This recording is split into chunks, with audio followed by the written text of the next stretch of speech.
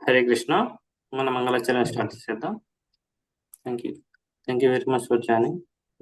అందరికీ క్లాస్లో జాయిన్ అన్నారు. అందరూ మీట్లో ఉండి మంగళాచరణ మీరు కూడా చెప్పండి. ఓం అజ్ఞానతిమిరంధస్య జ్ఞానాంజనాశలాకయ చక్షురున్మిలితం ఏన తస్మై శ్రీ గురవే నమః. మనం నమో విష్ణుపాదాయ కృష్ణపృష్ఠాయ భూతలే శ్రీమతే భక్తివేదాంత స్వామిన్ ఇతి నామినే. నమస్తే సారస్వతే దేవి గౌరవాణి ప్రచారిణి నిర్విశేష శూన్యవాది పాశ్చాత్య దేశతారిణి. జయ శ్రీకృష్ణ చైతన్య ప్రభు నిత్యానంద శ్రీ అద్వైత గదాధర శ్రీవాసాది గౌర భక్త వృంద. హరే కృష్ణ కృష్ణ కృష్ణ హరే హరే హరే రామ రామ రామ హరే హరే. హరే కృష్ణ. ఈరోజు మనం చర్చించబోయే శ్లోక చాలా ముఖ్యమైన శ్లోక. సో మనకు భగవంతుడు ఈ కలియుగంలో ఎందుకు మనకి ఎందుకు అవతరిస్తారు భౌతిక ప్రపంచంలో అని చాలా చక్కగా భగవంతుడు వివరిస్తాం. మనకి చేద్దాం. ఒక్క నిమిషం.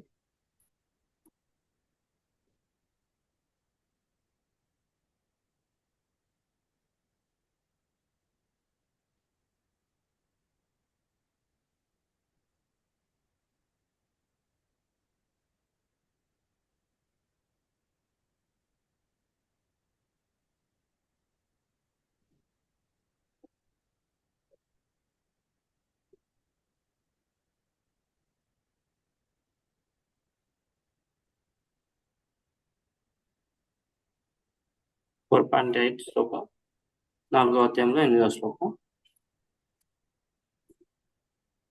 పరిత్రాణాయ సాధూనాం వినాశాయ చ దుష్కృతం ధర్మ సంస్థాపనార్థాయ సంభవామి యుగే యుగే.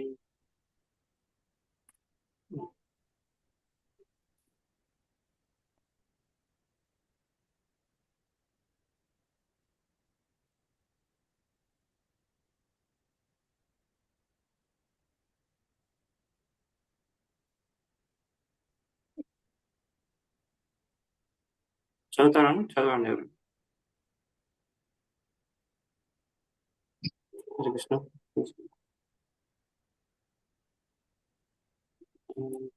అన్మ్యూట్ ఆప్షన్ ఇచ్చింది, చదవండి. హరే కృష్ణ. బాలాజీ బాబు. ఓకే, చదవండి బాబుజీ. పరిత్రాణాయ ఉద్ధరించడానికి, సాధువునం భక్తులను వినాశ నశింపజేయటానికి, చ మరియు దుష్కృతం దుర్మార్గులను ధర్మాన్ని సంస్థాపనార్థాయ నెలకొల్పడానికి సంభవామి నేను అవతరిస్తాను యుగే యుగంలో. బాలాజీ బాబు చదువుతారా?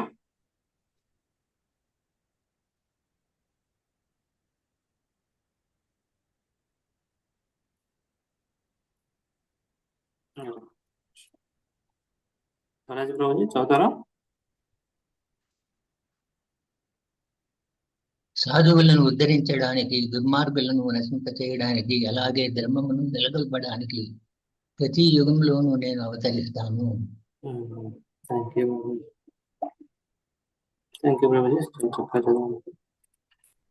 మనకి ఇందులో చెప్తున్నారు కదా, ఎందుకు చెప్తారు ఈ శ్లోకాలు మనకి భగవంతుడు చాలా చక్కగా వివరిస్తారు. ఎందుకు అని పరిత్రాణ సాధన మూడు కారణాలు భగవంతుడు చెప్పారు మనకి. ఎందుకు ఈ యుగంలో ఆయన అవతరిస్తారు అని. ఏంటి చెప్పండి. ఒకటి ఏం చెప్పారు? కృష్ణ పరిత్రాణాయ సాధూనాం, సాధువులను రక్షించడానికి. వినాశాయ దుష్కృతాం అన్నారు కదా. దుష్కృతాం అంటే దుష్టులను నశింపజేయడానికి. ఇంకేమన్నారు? ధర్మ సంస్థాపనార్థాయ అన్నారు. ధర్మాన్ని రక్షించడానికి సంభవామి యుగే యుగే అన్నారు కదా. అంటే ప్రతి ఒక్క యుగంలో అవతరిస్తారు అని ఇక్కడ అర్థం. సో ఇక్కడ దుష్టులు అంటే మనకి ఇక్కడ మనకి మనకి భాష్యంలో ప్రభుపదం చెప్తూ దుష్టులు అంటే ఈ కృష్ణ చైతన్యాన్ని పాటించని వారు అని అర్థం మనకి మెయిన్ గా. సో ఇప్పుడు కృష్ణ చైతన్యం పాటించిన వారు ఎవరంటే మనకి స్టోరీ ఉంది కదా. ఇప్పుడు మహావతార నరసింహ మూవీ చూసే ఉంటారు అనుకుంటున్నాను. సో మహావతార నరసింహ కూడా సినిమా వచ్చింది కదా రీసెంట్ కూడా. అందులో ఎలా నరసింహ అంటే ప్రహ్లాద్ని వాళ్ళ తండ్రి హిరణ్యకశిపు ఎలా భగవంతులు విష్ణుమూర్తి లేరు ఎవరు లేరు అని చెప్పి అట్లనే ఆయన నామాన్ని చెప్పించాలని చెప్పేసి ఎలా ఆయన్ని హింసించారు, చాలాసార్లు హింసించారు. కానీ ప్రహ్లాద్ మహారాజు భగవంతుడి నామాన్ని తీసుకుంటూ ఉన్నారు. దుష్కృతులు అంటే ఇక్కడ ఇట్లా అంటే కృష్ణ చైతన్యం రాని వాళ్ళని దుష్కృతులు అని మనకి వివరిస్తారు. ఇప్పుడు భక్తులు ఎవరైతే ఉన్నారో వాళ్ళు అక్కడికి కొడుకు అయినా కూడా చెల్లి అయినా కూడా తల్లి అయినా కూడా ఎవరైనా కూడా దుష్కృతులు అనే వాళ్ళు వాళ్ళని హింసిస్తూనే ఉంటారు. మనకు ఉదాహరణ ప్రహ్లాద్ మహారాజ్ కొడుకు కన్న కొడుకు, కానీ ఆయనే మనకి హిరణ్యకశిపు ఎలా వాళ్ళ తండ్రి అయినా కూడా ఆయన తండ్రి అయినా కూడా ఆయన కొడుకుని స్టిల్ హింసిస్తూ వస్తారు. దుష్కృతిలో ఆ దుష్కృతి వాళ్ళు అలా చేస్తారు. ఆ దుష్కృతిలో ఉన్నప్పుడు ఎప్పుడు ఏం చేస్తారు, ప్రహ్లాద్ రక్షించడానికి నరసింహదేవ్ వచ్చారు. మళ్ళీ ఆ దుష్టుని శిక్షించడానికి అంటే హిరణ్యకశిపుని చంపడానికి వచ్చారు. హిరణ్యకశిపుని చంపేశారు. తర్వాత మళ్ళీ ధర్మ సంస్థాపనార్థాయ అంతే. మళ్ళీ ఇప్పుడు చూసుకున్నట్లయితే దుష్టులు ఎవరైతే ఉన్నారో భక్తులను ఇంకా అందరినీ ప్రతి ఒక్క ఉన్న ప్రదేశాన్ని మొత్తం హింసించడం మొదలు పెడతారు. ప్రదేశంలో ఉన్న ప్రజల్ని వాళ్ళందరినీ హింసించడం మొదలు పెడతారు. సో మళ్ళీ ధర్మాన్ని స్థాపించడానికి మళ్ళీ ఆయన వస్తారు. భక్తులను రక్షించారు, ప్రహ్లాద్ రక్షించారు, హిరణ్యకశిపుని సృష్టించారు. మళ్ళీ ప్రహ్లాద్ మహారాజు రాజుని చేసేసి ధర్మాన్ని మంచిగా మళ్ళీ స్థాపించారు. సో అలా చేసేస్తారు. అది ఇంకో ఉదాహరణ మనకి చెప్పుకున్నట్లయితే మనకి దసరా వస్తుంది కదా. అందరికి దసరా రోజు ఏంటిది, రామ్ విజయోత్సవం కదా. రామ్దేవ్ విజయోత్సవ అంటారు. శ్రీరామ విజయోత్సవ అంటారు. అంటే రాముని విజయం. ఆ రోజు ఎవరిని శిక్షించారు, రావణాసురుని. ఆయన దుష్టుడే కదా, దుష్టుడిని శిక్షించారు, సీతామాతని కాపాడారు. అట్లే ఇంకా అప్పుడు ఆయన చేతిలో, అప్పుడు రావణాసురుడి చేతిలో కూడా చాలా మంది ఎవరు దేవతలు ఉన్నారో వాళ్ళందరూ ఆయన ఒక అడుగు లెక్క ఉండేవాళ్ళట. కొందరేమో అక్కడ కాపలు లెక్క ఉండేవాళ్ళు. ఒక్కొక్క దగ్గర ఒక్కొక్క కాపలు లెక్క ఉండేవాళ్ళు. శనీశ్వరుడు తెలుసు కదా, శనీశ్వరుడు తలకిందులుగా ఉండేవారు ఆయనకు భయపడి, రావణాసురునికి భయపడి. అలా చాలా మంది దేవతలు కూడా ఆయన చేతుల్లో ఉండేవాళ్ళు. వాళ్ళందరూ భక్తులు. దేవతలు కూడా కృష్ణుని భక్తులే, భగవంతుడి భక్తులే. సో వాళ్ళందరినీ రక్షించడానికి మళ్ళీ ఆయన దుష్టుడు కాబట్టి ఆయన శిక్షించడానికి వచ్చారు. మళ్ళీ ధర్మ సంస్థాపన కూడా చేశారు. సో ఈ రెండు మనకి ఉదాహరణలు మనం తీసుకోవచ్చు, ఈ రెండు ఉదాహరణలు. సో ఇందులో మనకి మూడింటి గురించి చెప్పుకున్నాం మనం. భగవంతుడు మరి భగవంతుడు ఎలా అంటే ఆయన చాలా కరుణ. అందుకనే ఆ కరుణ వల్లనే ఆయన భక్తుల గురించి భక్తుల పట్ల ప్రేమతోని ఆయనే తిరిగి వస్తారు. మళ్ళీ ఇట్లా అంటే యుగ ఎప్పటికీ వస్తూనే ఉంటారు. అంటే యుగానికి ఒకసారి వస్తారని అట్లేం లేదు. ఆయన భక్తుల దృష్టికి ఎప్పుడైనా కనబడుతూనే ఉంటారు. కానీ ఆయన యుగ అని చెప్పారు. నేను వస్తాను అని చెప్పారు. యుగే కానీ యుగ కాకుండా కూడా ఆయన యుగం అంతకు ముందు కూడా ఆయన భక్తులను పంపిస్తారు ఒక్కోసారి. ఇప్పుడు చూసాం కదా, ఇప్పుడు ఈ కలియుగంలో అందరూ యుద్ధాలతోని దాంతోనే కాదు, మన మనసుతోని కూడా బాధపడుతున్నారు కదా చాలా మంది. మనసుతో బాధపడి వాళ్ళు సూసైడ్ చేసుకోవడం, పక్కలను హింసించడం, వాళ్ళ సరిగ్గా లేకున్న బుద్ధి పక్కలను హింసించడం, ఇంకా వ్యసనాలకు వాళ్ళ శరీరాన్ని వాళ్ళని నాశనం చేసుకోవడం, వ్యసనాలకు అలవాటు పడి సో ఇలా వాళ్ళు తప్పుదారి పడుతున్నారు. సో వాళ్ళని కప్పడానికి కోసం కూడా భగవంతుడు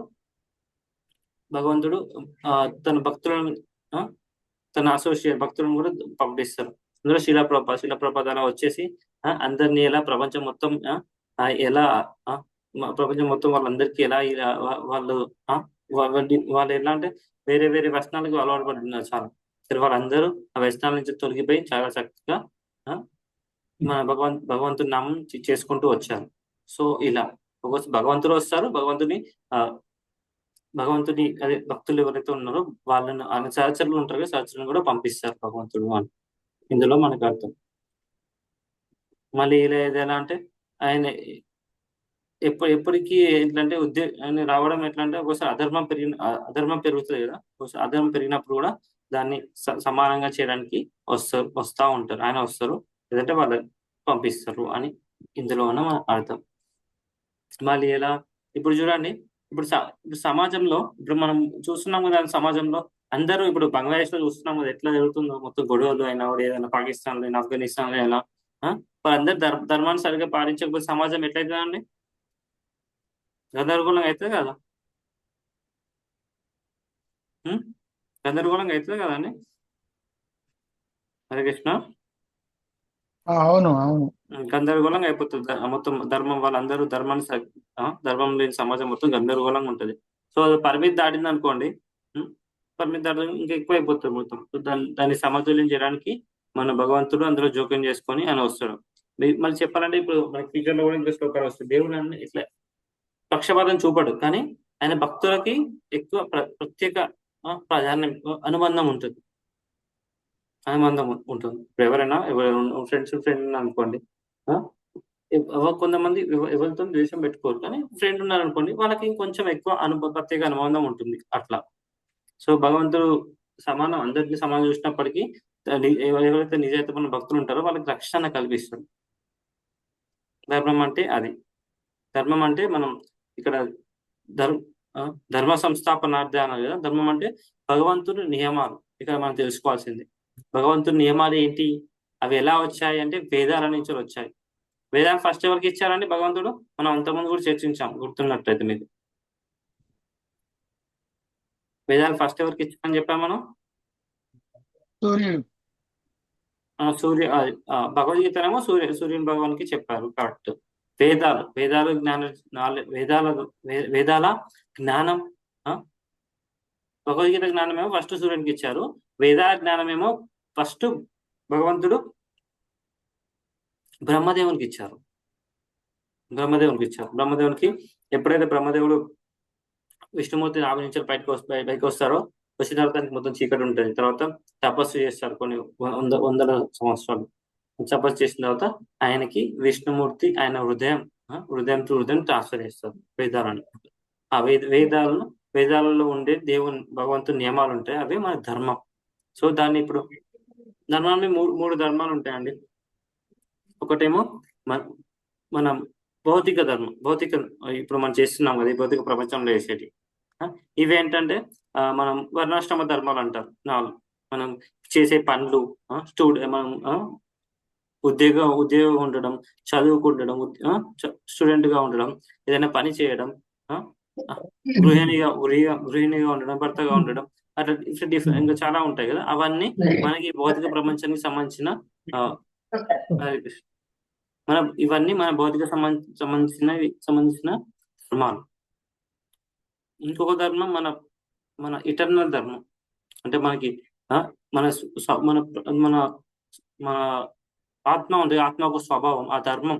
దాని ధర్మం ఏంటంటే భగవంతుని సేవ చేయడం.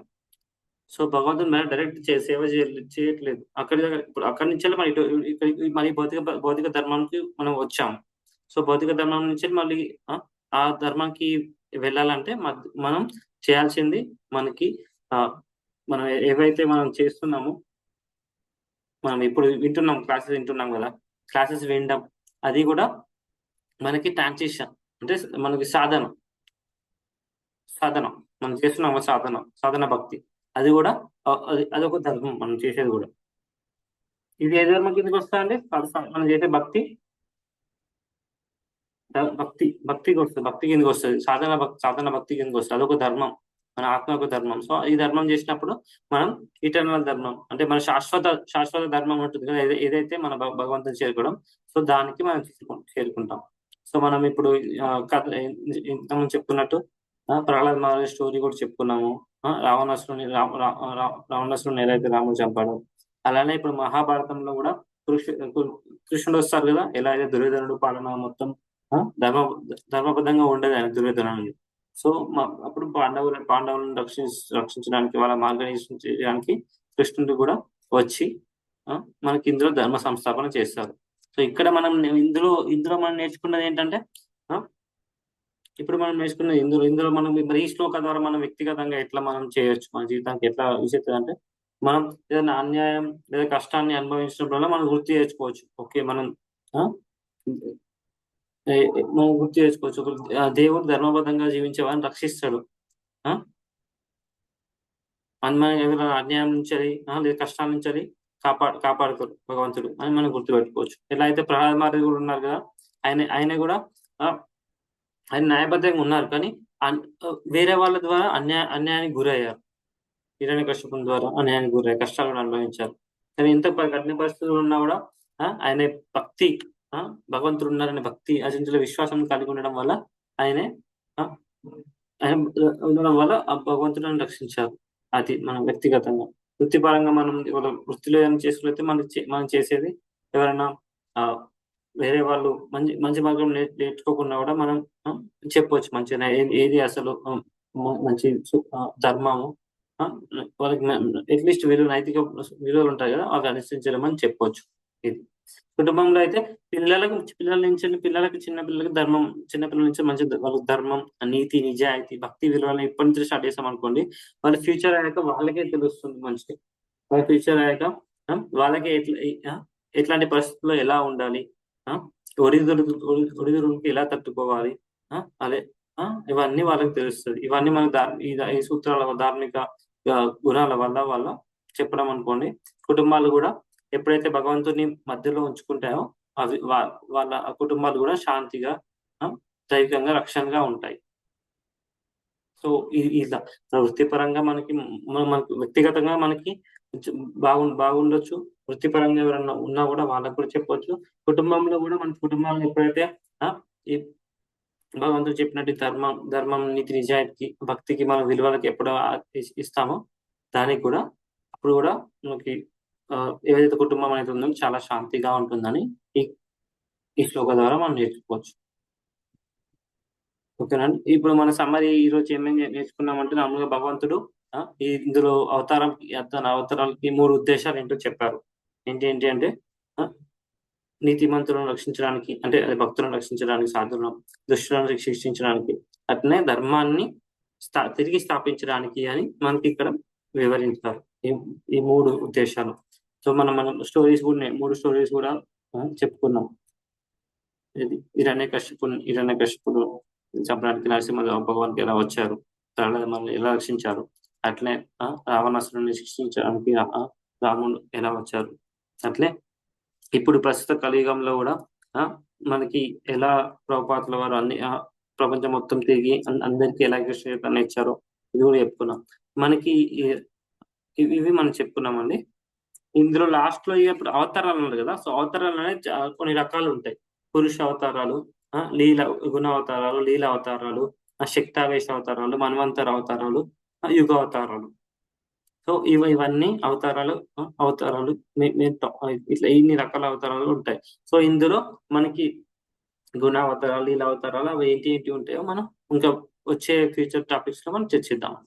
ఓకేనా. పంచకల్పతరుభ్యశ్చ కృపా సింధుభ్యశ్చ పతితానాం పావనేభ్యో వైష్ణవేభ్యో నమో నమః. హరే కృష్ణ. సో మీకు అర్థమైంది అనుకుంటున్నానండి. మీకు ఏమైనా ప్రశ్నలు ఏమైనా ఉన్నాయండి? హరే కృష్ణ.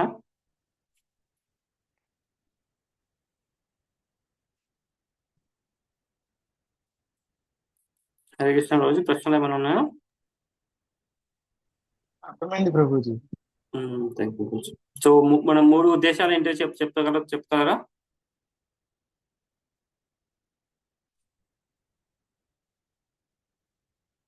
హరే కృష్ణ. 3 ఉద్దేశాలు ఏంటివో చెప్పగలరా?